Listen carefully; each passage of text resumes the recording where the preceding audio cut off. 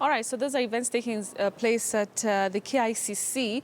There's that educational stakeholders meeting or conference, if you like, that's currently taking place. And we'll be going back there once the CS for Education is making his remarks. But for now, though, we want to have a conversation here in studio. And joining me live is Jonathan Wesaya, who's the Director of Discovery Learning, and Jekeme, who is also an education specialist. Thank you so much for joining us here on News Center.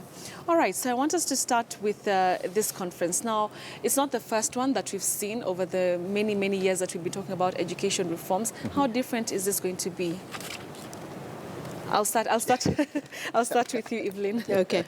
So when we have an education conference like we have today, I think it's a positive thing, because then you give the public an opportunity to interrogate what the education sector is doing, what plans they have, and how we move forward. And I do hope that this conference will actually give people opportunities to talk about their concerns, to give suggestions, and I hope that those suggestions can be taken seriously. All right, Jonathan, are we moving in the right direction in regards to implementing, the proposed curriculum? I don't think we are at a point where we need to be saying implement, because as my colleague has mentioned, the consultation process is not complete, as it were, by design.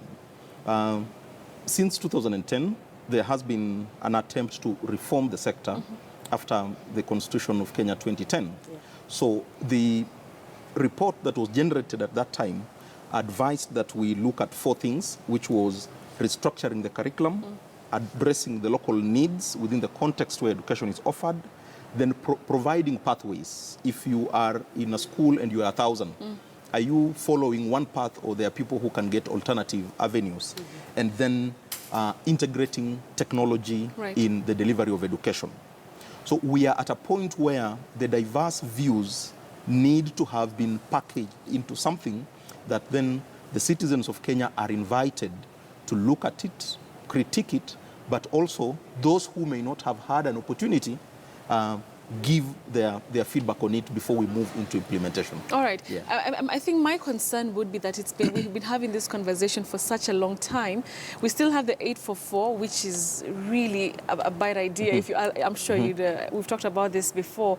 Evelyn, I mean, where would you want us to be right now as a country? I think we have the right leader at the helm of the ministry right now. Where do you think we should be right now?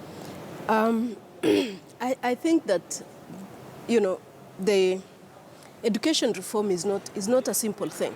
It's not something that you can flip and do it overnight. So, and when you look at the proposed reforms, according to, the Constitution, what we need to do to be able to fit into the current Constitution and research findings that have been done over the years to show us that, this curriculum that we currently have cannot take us to where we want to go in Vision 2030. So meaning that this is really an overhaul. If you remember, in 1999, we did a review, but this is an overhaul. So it's like we are actually stepping back and looking and saying that, totally looking the other way from what we have been doing, can we create something new? And that's not something that you can do in a year or even 2. In fact, these current reforms were supposed to have been done from 2006, because that was the time when that curriculum was actually up for review. But I think that, what's important here is not so much of the time that we take, but how clear we are in our minds that this is the direction that we are taking. And how would we be clear? Number one is look at the policies that we have. Do these policies actually point us towards that direction that tells us that our children will get the best education? And what research evidence do we have? We keep talking about evidence-based decision making. So I'm hoping that as we look at this reform, we will actually be saying that Wesaya, in his discovery learning, they are doing ABCD, and this is the evidence that this works. And so we incorporate that into the digital curriculum that we are talking about. When we talk about the pathways, I would like to see a situation where I can actually be an engineer Right. and I can be an artist. You know, that I wouldn't want to have, you know, boxes Yes. where you're saying you're science and I'm arts. I want a situation where we're looking at the entire curriculum and we're saying we have gone wrong because we have said you can only select this and you can only select this, but you can't do this and this. But if we talk about pathways, then we need to create, you know, pathways that will enable people to do what they have the capability to do. And that is something that we will need to engage even beyond here, even beyond a half-day conference. This is like, I would say this is symbolic. Today is symbolic in the sense that we are all meeting, but we cannot exhaust everything that we need to talk about. So education reform is such a big process, and it needs a lot of, you know, passion. It needs a lot of discussion, sometimes disagreements, but at the end of the day, we come to a consensus and say this is what research says, and this is where we want our country to go. I mean, looking at this proposed 26333, right? Yes. Does it have what she's talking about? You know, when you're talking about the pathways, as from an education expert point of view, is this what we need? Let me answer your question by using popular persons that Kenyans know. And I want to use the example of Nameless and nearly 50% of the rugby sevens team in Kenya. Right. Nameless went to school to study architecture. But you see he had a passion in music, and the education system could not allow him to balance both. So he studied the degree, put it aside. Then went to music. Now, for me, that is a waste of resources, because he is double investing in something that the education system needed to have nurtured him to do both. If you look at the rugby team, we have many of them clinicians, accountants, but they could not do well in both. So what they did, they handled the education, finished with then went to play rugby. You notice that some of them, when we have this series, the 7 series, like the Wellington series that just ended, some of them opt out of the team because there is an exam. It tells you the system is rigid. The system is not nurturing this person who is stepping out of these boundaries to go and defend this country, to literally sell the image of Kenya. But they have to opt out of national assignment for an individual exam. But is it about then overhauling a whole education system, or is it about planning? It's a function of planning and practice. Many of the things that Matiang'i is engaging in and his team now are not new. We are used to Kenyan officials not working. So whenever he shows a little energy, we always think he's introducing something new. Because if you look at even the way he managed the examination, the private schools had done a report over 5 years ago. It was gathering dust at the Ministry of Education. These processes we are talking about, sessional paper number 2 of 2015 highlighted most of them. The Professor Diambo report highlighted. So he's just picking things and putting them together. But the problem is looking at the structure that they have, and I've had an opportunity to look at it. The pathways they are talking about are still compartmentalization. They want to separate art from science. There is this preoccupation with STEM subjects, and you've heard the cabinet secretary is passionate about it. And I need to maybe sit with him and find out, because I know he's an arts guy. But he always talks about STEM, STEM, STEM. How are we going to have science and technology drive the growth of this country when we have people who do not have social competencies? And this is the mistake we made in the late 1990s. If you remember, there was the push for people to take English as teachers, people to take science. In the early 2000s, we had a crisis. We did not have teachers of Kiswahili, Christian religious education, and history. So we are going to go back there if we do not look at the global picture as we make these decisions. All right. As Evelyn said, let this be the beginning of the conversation. Evelyn, you want to add something? Yeah, I want to say that content doesn't change. You know, chemistry will always be chemistry. Water will be HO2, and that remains. But the thing is, what we are trying to figure out is how best can we deliver education to our children in the 21st century, different from what we did, and looking at the mistakes that we have done. Actually, there is a whole summative evaluation report that KICD did in 2008 that said the curriculum that we have cannot take us to where we want to go. Really, it can't. But when you look at it, are we going to change how we teach biology? The content remains the same, but how that is delivered and how the curriculum is organized in such a way that we give opportunities for children to do what they do best. You can't separate art and technology, because look at Steve Jobs.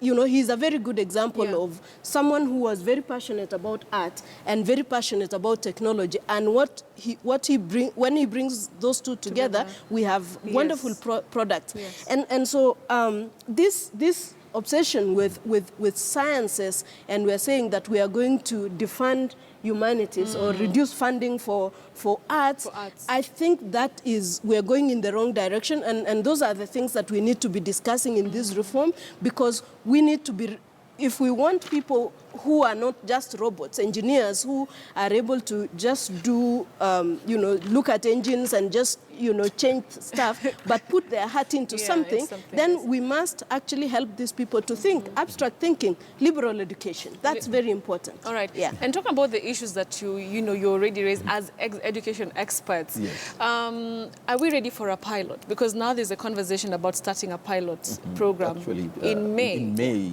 Yes, that's and, like 2-3 months to come. And in January, we are talking about literally beginning full implementation. As an individual, and I speak this because I do not sit in Jogo House, I think we are not there yet. Okay. The thing is this, we anticipate to move from a system that would assess endpoints. So Betty has walked 5 kilometers. What was her speed? How did she perform? But nobody tells the story of your journey. Nobody tells that when you woke up to go to school, this and this happened. How did you react to it, and has it affected you? Now, we are moving into an area where we are going to be assessing the learners on what I'll call the transversal competencies. Can you transfer the knowledge you have at Standard Media Group to BBC? Can you transfer it to CNN? Right. Will you still be a top anchor if you landed at CNN? Because have you been taught to be a global citizen? Okay. That is where we are moving. Okay. For us to do that, it means we have to reorient our assessment system. We have to retrain our teachers. But if we go into it piecemeal, we are going to get into the problems we got in with 844. Evelyn will tell you, she has been in the national project on Tusome, and now there is a national numeracy program that deals with mathematics. Because they trained 100% of the teachers who are handling those learners before they began the process, there is increased uptake. Okay. Children are showing that they can learn how to read. Children are learning addition and subtraction. So we cannot get into an elaborate overhaul when we have not overhauled how we prepare our teachers. Wow. When we are still picking people who fail to do any other thing to be teachers, we cannot then entrust that they are going to give us, you know, results for changing the whole system to take us to Vision 2030. All right. I mean, Evelyn, it sounds like what he's described sounds really complex. You know, you're retraining teachers again. Do you think that the ministry is just trying to just make this thing just start? You know, because like I mentioned, you know, it's been there since what, 2000? 2010. I think the danger that the ministry is walking into is, if they take this as, I know that the current government did promise a change of education system. So that was a political, promise. And education reform, by how it's structured, is actually a political endeavor. However, let the technical people do their work. I happen to be a curriculum developer. And I do know that if this is February, and we have not had the curriculum designs, So here's the process. We're supposed to have the designs. Yes. We're supposed to have the syllabuses. We're supposed to train the teachers. Publishers are supposed to have the opportunity to develop materials, and then we do the pilot. It's overambitious.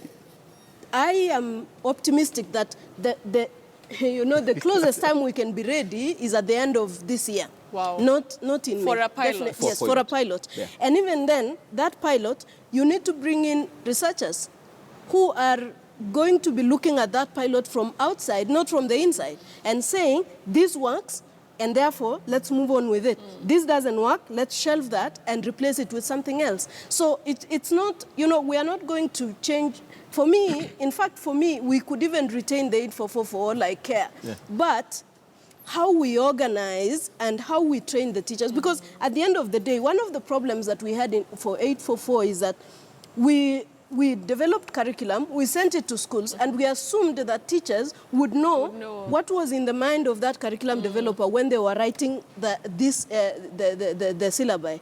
So everybody has their own way of interpreting the curriculum, and everybody follows, as I will tell you, everybody follows how they were taught in college. So I want to teach like the person who taught me. Yeah. But, and so that discrepancy created a lot of problems. Okay. And so we really need time. I really don't, even our own teachers, and they'll tell you, are not ready. They don't even know what this curriculum reform is all about. Okay. So, we need time. we are not ready. All right. I don't think so. Finally, a few words from you before you wind up. No, for us, I think we are at a good time for reform. But let us reform the system for what we want it to become. Right. Let us not reform the system because somebody is saying we reform it. Yeah. The 844 system was not a bad system. The problem with 844 is with implementation. Yeah. And I can tell you, Betty, for free, the guys who are implementing the 844 system went through the old system. They just have their own qualms with the 844. They cannot say that 844 graduates are half-baked when they are the ones preparing them. Absolutely. So are they telling us that they are half-baked? So what we need to do, it is not about the number of years children will spend in school. What will they be doing in school? What value? This reform process needs to connect the home and the school. Okay. So that when your kid comes back home, they should tell you their experience in school. All right. You should be able to follow up. But also, the ministry needs to reassure Kenyans that the money we are investing in the education system is going to give us a return. Okay. Not trial and error, because Not this is trial a and life error. for many Kenyans. Yeah, Yes. and May, it's just 2 months away.